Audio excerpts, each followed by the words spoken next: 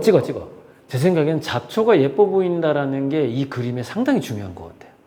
중요한 부분이에요. 생각해보면 예뻐요. 네. 사실 그걸 상당히 의도했고 제가. 거기에 보이는 그 다른 뜻 자, 이제 들어갈게요. 히스토리. 자, 여기는요. 이 전시관은 저의 이제 과거 그림 데뷔했을 때부터의 간략한 히스토리와 그 다음에 최근 시작한 시리즈, 움베르토 시리즈가 쭉 걸릴 예정인데 너무 완성이 안 돼서 움베르토 시리즈의 지금 3개만 보여드리고 나머지는 다음에 더 완성해서 9월 달에 보여드리는 걸로 하겠습니다. 일단은 히스토리를 한번 여기서부터 얘기하겠습니다.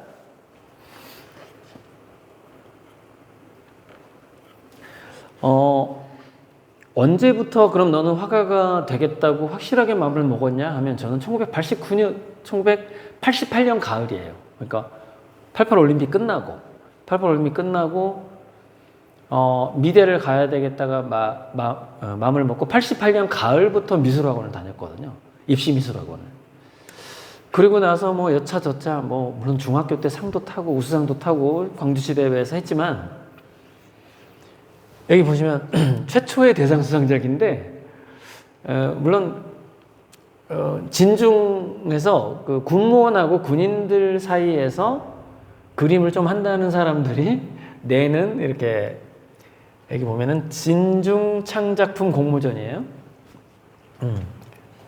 진중 창작품 공모전이고 현재는 대한민국 호국미술대전인데 여기서 이제 동양화 부문에서 제가 대상을 받았어요.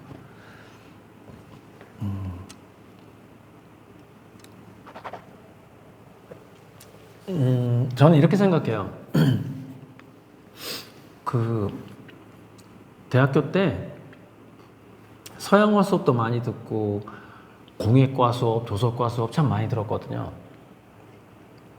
그러니까 무슨 얘기냐면 저는 거의 모든 전공의 그 재료들을 다 다뤄보고 다 해봤잖아요. 제일 어려운 게 동양화예요. 정말로 이거는 왜 그러냐면요. 동양화는요. 이 먹의 번짐이나 선이라든가 이 화선지의 그 흡수력과 그 섬세함이 그러니까 번짐이 너무 심하기 때문에 물 조절이 너무 어렵다라는 거예요. 동양화가. 그래서 정말 힘든 것 같아요. 그러니까 예측 능력과 그러니까 예측한다고 되는 게 아니야. 손에서 이 물 조절이라는 게 너무 힘들어요. 그다음에 골필용법, 그 중봉을 잘 세워서 선을 긋는 것도 정말 어렵고 그래서 제가 봐도 이때 93년도에 제가 군대에서 그린 그림이지만 잘 그렸어요. 자화자찬이지만 그래서 그때 대전 지역의 어떤 동양학과 교수님이 심사위원이었는데 쭉 동양화 쭉 보더니 바로 이거 대상 바로 그냥 딱 대상 체크. 왜냐면 그 정도로 이렇게 농담이라든가 선들이 잘 나왔어요.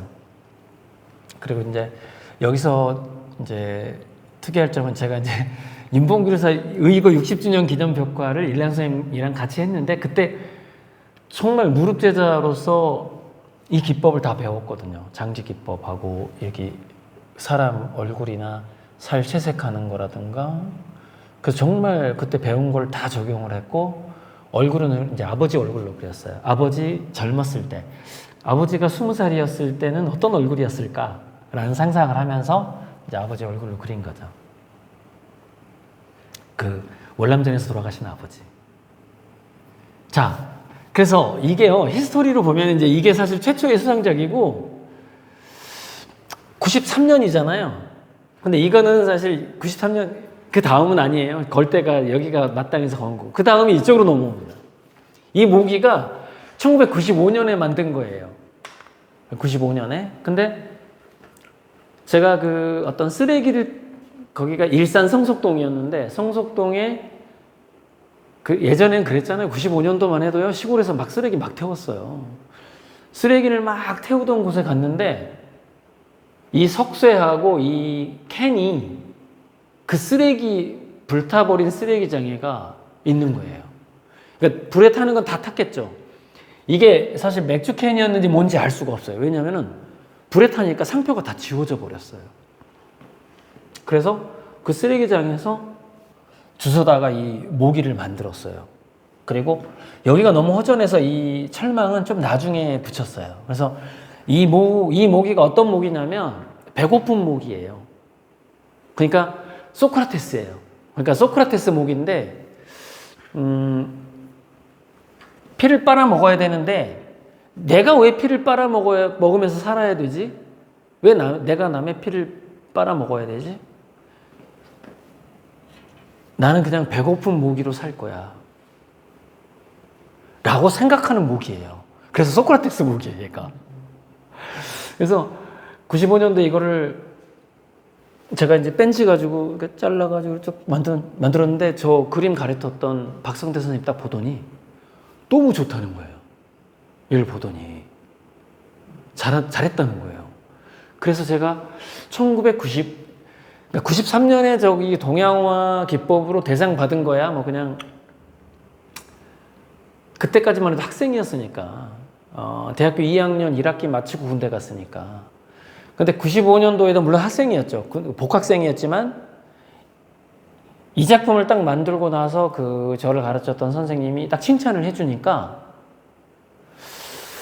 나 이제 프로 작가 된 거 아니야? 라는 기분이 그때 처음 들었어요. 그래서 제가 고리들 너의 작가로서 너가 이렇게 작가의 인생이 시작됐던 때가 언제라고 생각해? 그러면은 저는 1995년이라고 생각해요. 바로 이 배고픈 모기, 소크라테스 모기. 피를 빨지 않고 굶주림을 견디는 모기를 만들었을 때, 나 작가로서 시작했다. 나 이제 작가야. 라는 느낌이 들게 한 작품이에요. 이 작품이. 정말 기념비적인 작품이고, 여기 보면 이제 제가 사인이 계속 진화를 하는데, 여기 보면 제 사인이 있어요. 95년도 여기 클로즈업 해 보여요. 여기 연필로 한 사인이 보여요. 여기 눈에 연필로 사인했어요. 그러면은 이 사인에 어떤 사인이 되어 있냐면 나무 목자하고 큰 대자가 있어요. 여기 보면 좌측이 나무 목자고 우측이 큰 대자로 스플림자처럼 보이는데 나무 목과 큰 대자예요. 이게 뭐냐면 남자와 여자예요. 95년도에 제가 솔로였잖아요. 애인이 없었잖아. 그래서 이게 남녀가 같이 이렇게 어깨동무하고 있는 게 너무 그게 좋은 거예요. 그래서 사인을 남녀가 어깨동무한 걸로 사인을 만들었어요. 처음에 95년도에. 이게 사인이었어요. 거의 최초는 아니에요. 최초 사인은 저거 찍어야 돼. 잠깐만. 이거. 고영훈을 사인으로 만든 게 이게 최초의 제 사인이에요. 93년도니까. 그러다가 95년도가 되니까 사인이 이렇게 바뀌었어. 남녀로 바뀌었어. 그러니까 이제 95년도에 가니까 나 이런 사인 할 거야 하면서 나무 목자하고 큰 대자를 해가지고 남자와 여자가 함께 이렇게 동반자로서 가는 모습을 사인으로 담은 건데 그 당시에 제 열망을 담은 거죠. 나도 짝이 있었으면 좋겠다. 뭐 이런 20대에 그걸 사인으로 한 거고 어쨌든 이 모기가 제 데뷔작이라고 저는 생각해요. 이거는 1년 후에 96년도에 만들었어요. 96년도에 왜 만들었냐면 이게 암모기잖아요. 암컷. 그러니까 생각하는 소크라테스인데 여자예요. 이 모기는. 짝을 만든 거예요. 이건 수컷이에요. 근데 이 수컷인데 얘는 술 취한 한량이에요. 그러니까 술 취해가지고 코카콜라인데 이게 얼굴이 빨갛잖아요. 술 취한 모기인데 춤추고 있어요. 술 먹고 막 춤추는 모기예요. 그러니까 수컷인데 그냥 돈 안 버는 한량이야. 둘이 부부인데 그래서 이걸 96년도에 이제 이걸 만들어서 이제 96년도 스케치 여행 갔을 때 이걸 전시를 했어요. 그랬더니 일랑 선생님이 이 모기를 보고 또 칭찬을 했어요. 잘했다고. 저 앞모기는 이제 박성태 선생님, 저를 화실에서 가르쳤던 선생님이 칭찬을 했고, 일랑 선생님이 이거 재밌다고, 일랑 선생님이 이 모기를 보고서 칭찬을 많이 했어요. 왜냐면은 이걸 그때 96년도에 스케치 여행 갔을 때 여행 가다가 주순 콜라 캔으로 만든 거예요. 그 현장에서 그 스케치 여행 기간 중에. 근데 이 석쇠는 사실 제가 가지고 갔어요. 콜라 캔, 그러니까 캔 예쁜 거 나오면 그때 벤치로 잘라가지고 만들어야지. 그러면서 이 석쇠는 가지고 갔고 오래돼서 지금 녹슬어서 그렇지.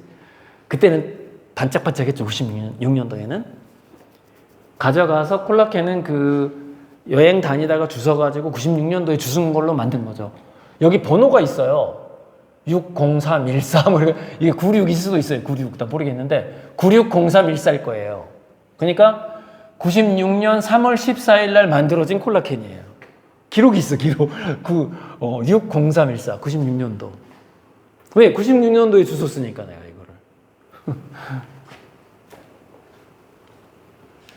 그래서 이 작품은 이제 히스토리가 이렇게 가요. 이걸 95년도에 했어요. 카우스를. 95년부터 96년 사이에 이제 이 카우스 작업을 했고, 여기 걸 수가 없어서 이 같은 기법을 대상받은 걸 저기다 걸었어요. 장소가. 그래서 이게 이제 95년, 96년 때 모기와 카우스를 같이 한 거죠. 동시에 했던 거죠. 저거는 제가 대상받았던 실제 그 사이즈예요. 그러니까 실제 이 사이즈예요. 그래서 제가 대상받았던 100호 정도 되는 거, 100호. 사진이 아주 잘 나온 건 아니지만 그래서 제가 프로 작가한테 찍어달라고 한 거예요. 기록을 남기려고. 현재 이 작품은 호암미술관, 삼성미술관 소유로 어딘가에 있을 거예요. 거기서 대상 받고 제가 2천만 원 받았으니까 어딘가에 있을 거고, 이게 이제 96년도까지죠. 그러다가 조금 침체기가 왔어요. 그때 제가 좀 힘들었을 때 그렸던 게 네타이 시리즈예요. 네타이. 그러니까 그러니까 눈치 보면서 사회적 관계 속에서 나의 운시대 폭이 이렇게 묶여 있는 이 인간관계, 사회관계망에서 벗어날 수 없는 어떤 그런 걸 표현. 2004년쯤 작이에요. 2004년. 2003년부터 했어요. 2003년, 4년 작품이에요, 이게. 2003년, 4년. 그러니까 이게 그 다음이에요.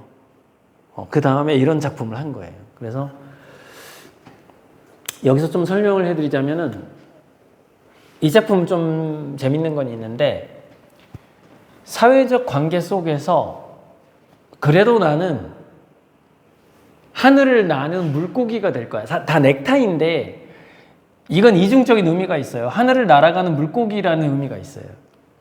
그래도 그 얽힌 사회 속에서 나름 자유롭게 살아가는 사람들이 있다 이거예요. 걔가 얘예요. 내가 그래 그래 나 이 눈치 저 눈치 보지만 그래도 나 자유롭게 살 거야. 이 친구예요. 이 친구는 누구냐면, 야 임마 너 왜 그렇게 사니? 그래도 사람은 이 땅에 발을 딛고 현실적으로 살아야 되는 거야 라고 얘기를 하는데, 이 친구 가슴을 보면은 까만 삼각형이 보여요. 약간 하늘을 나는 새처럼 보이죠. 이게 뭐냐면 양심의 새라는 거예요. 그러니까 얘는 뭐냐면 양심의 새가 밖으로 날아가 버렸어. 이 모양이 똑같죠? 그러니까 여기 있는 가슴의 한 켠의 양심을 도려내가지고 밖으로 던져버릴 거야. 그래서 양심을 빼놓고 사는 어떤 존재인데, 자기는 이렇게 얘기를 해요. 야, 나는 그래도 현실적인 사람이야. 발을 땅에 딛고 있잖아. 이렇게 얘기하고 있는 거죠. 그러니까 이제 저는 이 사람을 비꼬는 거고 나는 그래도 이 사람이다라고 얘기를 한 거죠. 그러니까 자기 자신을 표현하잖아요, 화가들은. 그래서 나는 하늘을 나는 물고기야. 너는 임마 양심도 임마 바깥에 허공에 던져버리고 너 멋진 척 잘난 척하고 서 있지만 그런 거 아니야 라는 얘기를 이 작품에 담은 거예요. 그게 네타이 작품이고, 여기는 이제 비슷한데 비슷한데 여기는 좀 스토리가 저기랑 좀 다르죠? 버티다가 쓰러진 거예요. 버티다가 나 못 버티겠어. 쓰러졌어. 찍 쓰러졌어. 과로사. 얘가 과로사한 거예요. 넥타이 메고 일하다가 과로사를 했어. 근데 여전히 하늘을 나는 물고기가 있어. 그죠? 더 컸죠? 물고기가 이렇게. 이게 저죠. 나는 그래도 하늘을 나는 물고기야. 그래서 이렇게 된 거죠.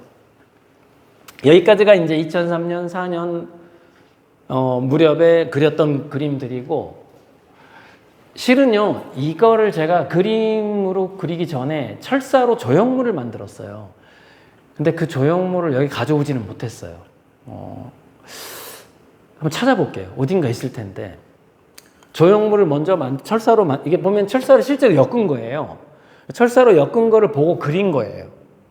원래는 조형물을 먼저 만들었거든요. 조형물이 어딘가에 있어요. 그럼 그러다가 이제 여기서 2005년쯤에 넘어가면서 바로 이제 이런 사회적인 구조를 움벨트적으로 생각해 보기. 그때 움벨트라는 책을 읽은 게 제가 2003, 4년이니까. 이게 하나의 움벨트예요, 실은. 세계관이거든요.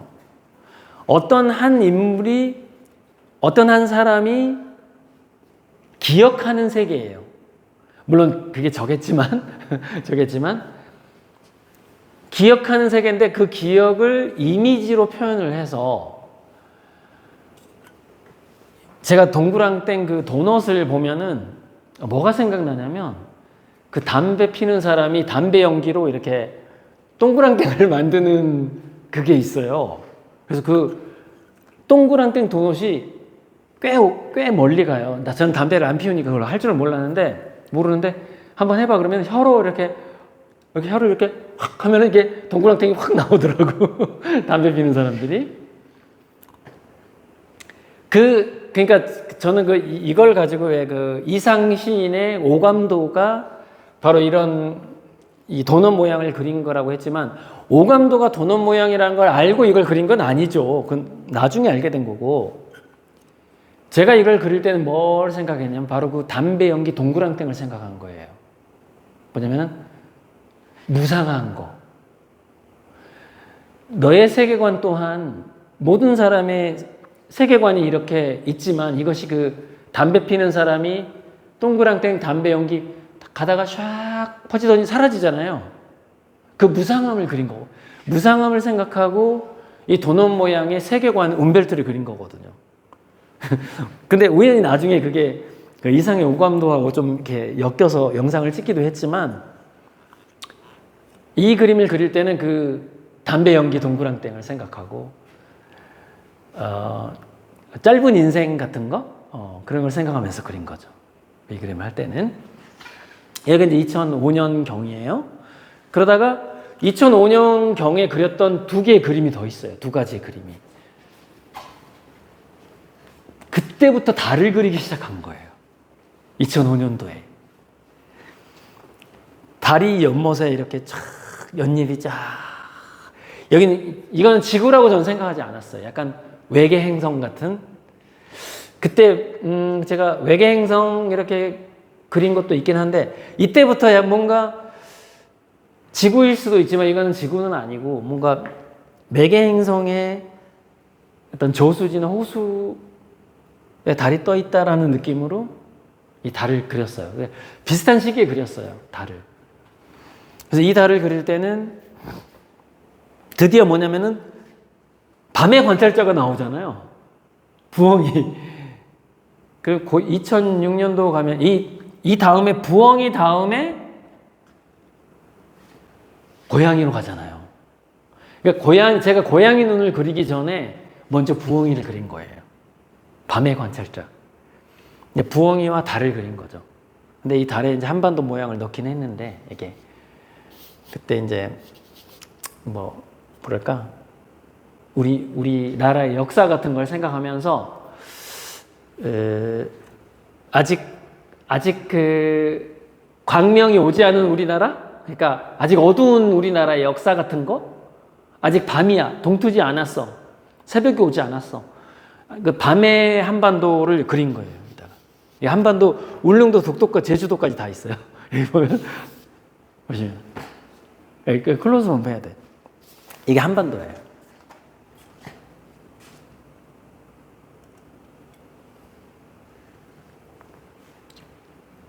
그래서 2005년도에 이 달 그림 부엉이 최초의 어떤 부엉이라는 밤의 관찰자를 그리고 연못을 그리고 나서 바로 저 사진으로 넘어가는 거예요.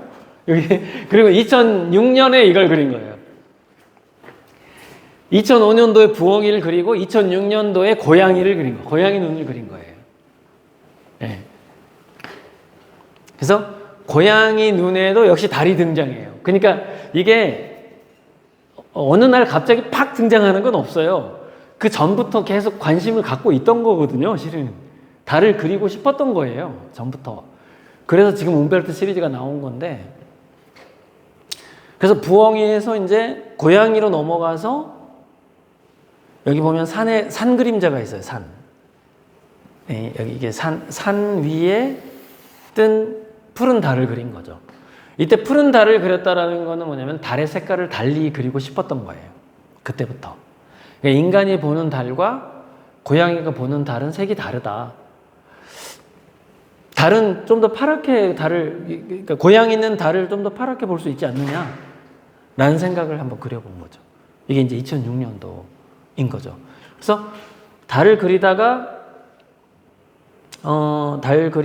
그다음에 쭉 눈동자에 그 다음에 나온 게 별꽃우주, 초신성 나오잖아요. 2007년, 8년, 9년 초신성, 은하 사이 은하 막 그리다가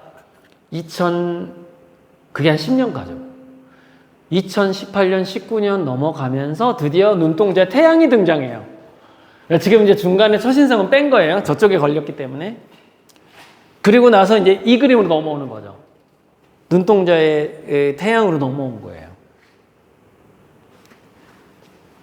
그래서 이게 이제 2023년, 24년, 25년 초까지 오다가 25년도에 드디어 제가 10년 전에, 아니자, 20년 전이니까? 그치. 2005년에 그렸던 달을 다시 그리게 된 거예요. 20년 만에. 그래서, 그때 이제 비하인드 스토리가 어떤 가구점에 그림을 걸어볼래요? 라는 제안을 받아서, 그 가구에 어울리는 그림을, 이거는 안 어울리는데 가구랑 어떡하지? 하다가, 달이 더 어울리는데, 태양보다는 달이 더 어울리는데 라고 생각을 했잖아요. 그래서 그 가구가 되게 한국적이래. 그래서, 그래? 한국적이야? 하다가 이 그림이 나온 거죠. 그러면은 그 가구점에는 이런 그림을 걸어야 되겠구나 하면서 이제 약간 포도, 대나무, 동양화에 등장하는 주제와 달이 결합된 그림으로 25년도 하반기에 확 넘어오게 된 건데, 아시다시피 제가 2005년도에도 달을 그렸잖아요. 그리고 2005년도에 여기서 빼먹은 게 있었는데, 숲속의 작은 존재의 시선을 그린 그림이 있어요. 2004년, 5년에. 그거하고 달이 결합된 거예요. 그러니까 과거에 다 그렸던 것들이 딱 만나면서 새로운 그림이 딱 탄생을 하는 거죠.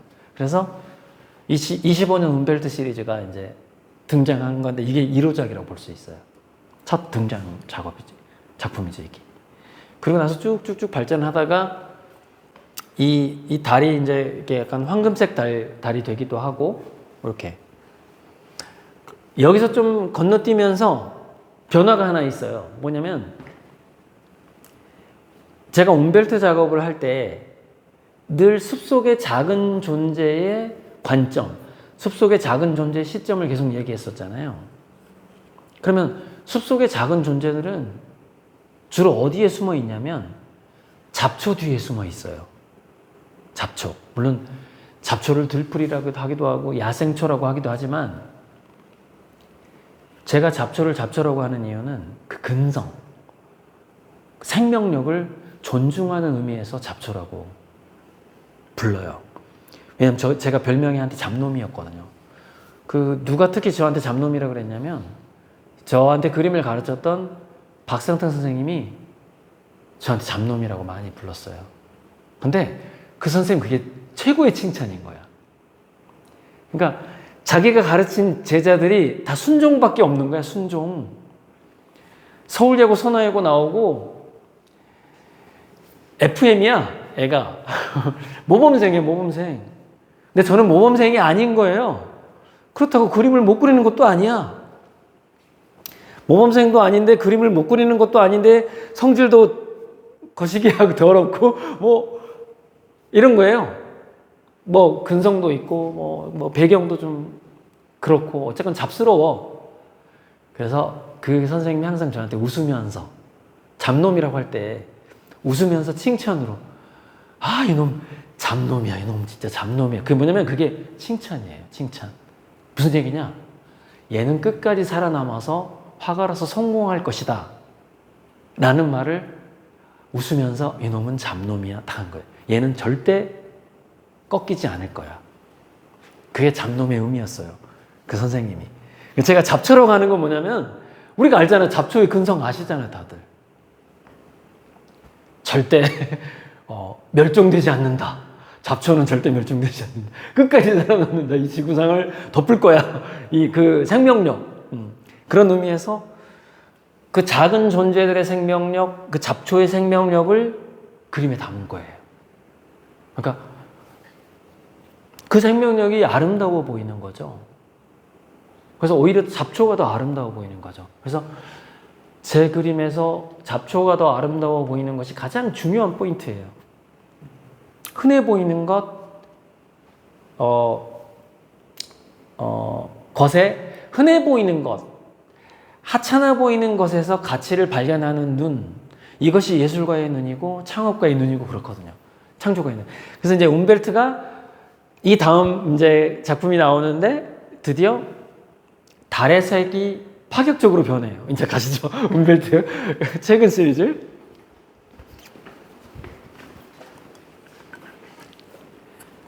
하얀 달이 황금빛 달로 변했다가 살구색, 핑크 달로 바뀌는 거죠. 왜냐면 이 아름다운 잡초 속에서 숨어있는 존재는 달을 이런 색깔로 볼 수도 있다라는 상상을 하는 거죠. 그리고 여기에 있는 핑크색으로 반짝거리는 반딧불이들은 여기가 외계 행성일 수도 있어요. 여기가 외계 행성일 수도 있는데 숲속의 어떤 존재들은 인간들이 바라보는 그 약간 녹색, 연두색 계열의 형광빛으로 반딧불이 색을 보지만 숲속의 어떤 존재는 핑크색으로 볼 수 있다는 거죠. 그 반딧불이의 색깔을. 그러니까 이 움베르트까지 와서 이제 진짜 움베르트의 의미를 확 드러낸 거죠. 달의 색과 반딧불의 색을 바꿈으로써 보색이죠. 그러니까 여기서 녹색과 거의 반대 계열의 그 색이거든요. 핑크는. 그러면서 이제 그 움베르트 나의 하늘, 너만의 하늘, 나만의 하늘, 제 하늘, 너의 하늘, 뭐 그놈의 하늘, 뭐 이런 거 각자의 바라보는 그 관점의 그 차이점들을 더 드러내고자 하는 작품인 거죠. 그래서 일단은 저의 그 작품의 히스토리를 조금 생략된 건 있어요. 뭐 포도나무 넝쿨송이라든가 드로잉 조각이라는 게 좀 생략이 됐지만 쭉 이렇게 제가 이 그림을 그릴 때 무슨 생각을 했는가에 대해서 쭉 설명을 드렸고 여기까지 이제 움베르트 그랬는데 여기 보시면 다 미완성 작품들 캔버스 뒤만 보일 텐데 제가 이걸 완성해서 걸고 싶었으나 좀 시간적으로 좀 완성을 못했어요. 그래서 9월 9일 이후에 오면 여기에 지금 완성해야 될 작품들이 한 30점 있거든요.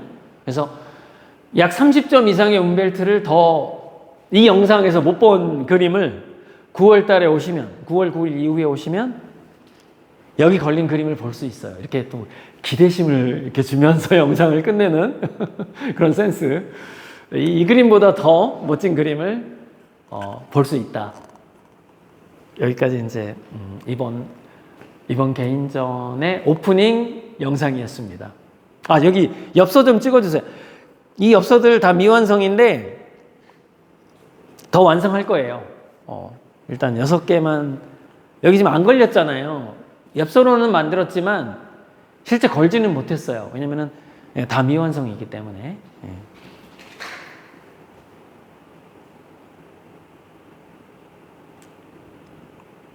자, 다시 저 보여주세요. 그래서 제 5번째 개인전에 우리 아미고님들, 그리고 이 영상을 보시는 분들 놀러 와주시고요. 제가 한 9월 9일까지는 여기서 계속 그림을 그리는 모습을 보여드릴 수밖에 없을 것 같고요. 그 이후에는 아마 다 걸릴 것 같고, 아무튼 여기까지 제 개인전의 홍보 영상이라고 볼 수 있겠습니다. 그래서 예고편도 좀 이렇게 찍으면서 더 완성될 그림들이 많이 있다. 그리고 이번에 특히 기쁜 것은 93년도에 동영화 부분 대상 받았던 작품부터, 저 원하는 육군본부에 있을 거예요. 어딘가요? 육군본부에 있을 건데 약 60호 작품이고요. 쭉 이렇게 역사를 보여줄 수 있어서 굉장히 아트페어 때는 정말 비좁은 데서 이 여유도 없이 그림을 걸어서 그림도 숨을 좀 쉴 수가 없었는데, 이번 개인전에는 그림 하나하나가 자기만의 공간을 차지하면서 이렇게 여유 있는 한숨을 쉬면서 이렇게 뭔가 휴식하는 듯한 그림이, 그러면서 자기 본연의 어떤 색깔을 뽐내는 듯한, 하나하나 조명을 또 받으니까요. 그런 모습이 아트페어 때와는 보다 훨씬 좋다. 그림이 좋아 보인다라는 것을 말씀드리면서, 아무튼 이번 개인전에 직접 와주시면 더 감사하겠습니다. 네, 이상입니다.